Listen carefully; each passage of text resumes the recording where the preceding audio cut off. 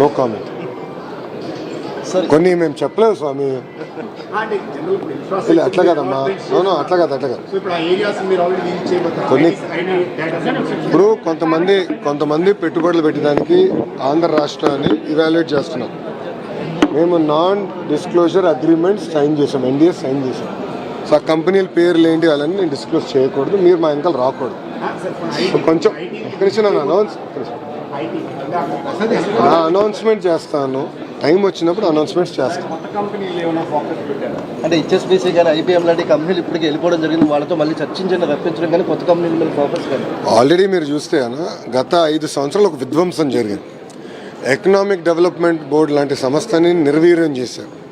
First of all economic development బోర్డుని revive చేస్తున్నాం, మళ్ళీ ఇండస్ట్రీని తీసుకెళ్ళి జిఏడీలో పెట్టాం. ఎకనామిక్ డెవలప్మెంట్ బోర్డు కావాల్సిన టీం అంతా మళ్ళీ రీబిల్డ్ చేస్తాం. గతంలో మన టీమే తెలంగాణ, తమిళనాడు, కర్ణాటకకి వెళ్ళి అక్కడ పెట్టుబడులు పట్టుకెళ్ళారు. ఇదే టీం అంటే మొత్తం వీలే అన్నాం, బట్ 20% ఆ టీంలో మనోళ్ళే ఉన్నాయి, గతంలో ఈడీబీలో చేసినారు. సో మొత్తం రివైవ్ చేస్తున్నాం, మొత్తం ఎకో సిస్టమ్ రివైవ్ చేయాలి. పెండింగ్ ఇన్సెంటివ్స్ చాలా ఉన్నాయి, అవన్నీ ఒక పద్ధతి ప్రకారం తీసుకుంటూ వెళ్ళాలి. ఇది కొంచెం జర్నీ బిల్డప్ చేయాల్సిన అవసరం, సిస్టమేటిక్ వెళ్ళాలి. ఒకే రోజులో అందరి సమస్యలు నేను పరిష్కరించలేను. సో పద్ధతి ప్రకారం నేను చేయాలి, ఆ దిశగా మేము పనిచేస్తున్నాం.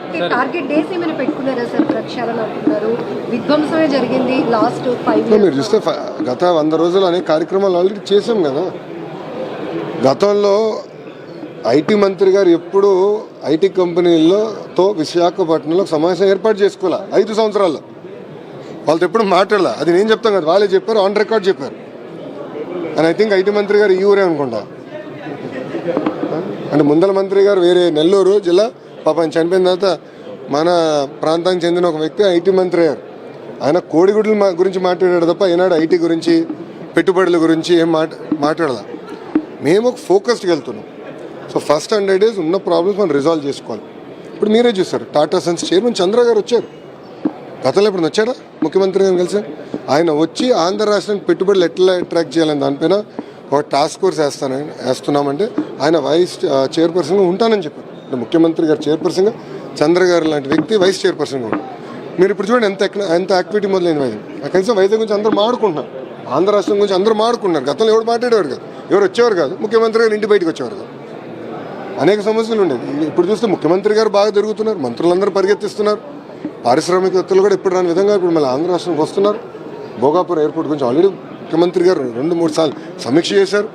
గౌరవ కేబినెట్ శాఖ మంత్రివర్యులు, సివిలేషన్ మంత్రివర్యులు రామ్మోహన్ నాయుడు గారు కూడా సీరియస్గా దాన్ని టైం కన్నా ముందలు చేయాలన్న లక్ష్యంతో పనిచేస్తున్నాం. సో ఇవన్నీ ఇప్పుడు సెట్ చేస్తున్నాం. గత వైసీపీ హయాంలో ఐటీ మినిస్టర్గా గుడివాడ అమర్నాథ్ గారు, ఆయన ఐటీ హబ్గా కూడా ఇక్కడ కొన్ని ప్లేసులు పరిశీలించాం. అంటే అక్కడ కొన్ని అయిపోయి ఉన్న ఐటీ కంపెనీలు ఇప్పుడు మళ్ళీ ప్రారంభమవుతాయి, గతంలో ఉన్న కంపెనీలు. నేను ఒకటి క్లారిటీగా చెప్పదలుచుకుంది ఏంటంటే, గత ప్రభుత్వం తీసుకున్న నిర్ణయాలను మేము రివర్స్ చేయాలని ఆలోచనలో మాకు ఉండదు.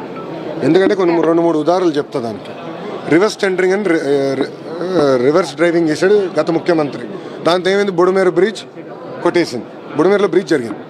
ఆ బ్రిడ్జ్ వల్ల ఈరోజు విజయవాడ మొత్తం మునిగిపోయింది. కారణం ఏంటి, ఆనాడు బాబు గారు శాంక్షన్ చేసిన ప్రాజెక్ట్ ఈయన ఏకపక్షంగా రివర్స్ టెండరింగ్ పేరుని తీసుకొచ్చి ఎవరు రాకపోతే క్యాన్సిల్ చేసినందుకు. సేమ్ ప్రాబ్లం టీటీడీలో జరిగింది.